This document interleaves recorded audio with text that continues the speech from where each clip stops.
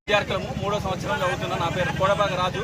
ఇక్కడ గత వారం రోజుల నుంచి కర్రీ సరిగా ఉండట్లేదు, రైస్ సరిగా ఉండట్లేదు, ఉప్పు ఎక్కువ అవుతుంది. At the same time hygienic అసలు ఉండట్లేదు.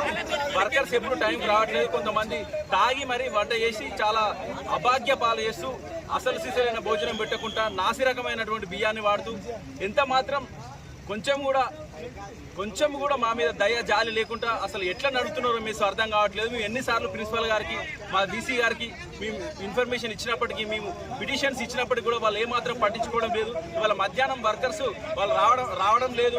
ఎందుకంటే వాళ్ళు వండే స్థితిలో లేరు.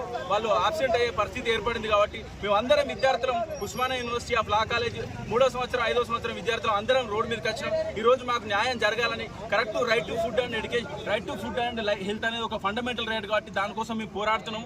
దయచేసి ప్రతి ఒక్కరు మాకు సహకరించాలని, మా సమస్యలు మీ వెంటనే వీసీ గారికి, vice chancellor of Osmania university, అదేవిధంగా Osmania university law college principal గారికి మేము మన్నవిస్తున్నాం. దయచేసి మా ప్రాబ్లమ్ సాల్వ్ చేయండి. సమస్యలు ఏవైతే హాస్టల్లో ఉన్నాయో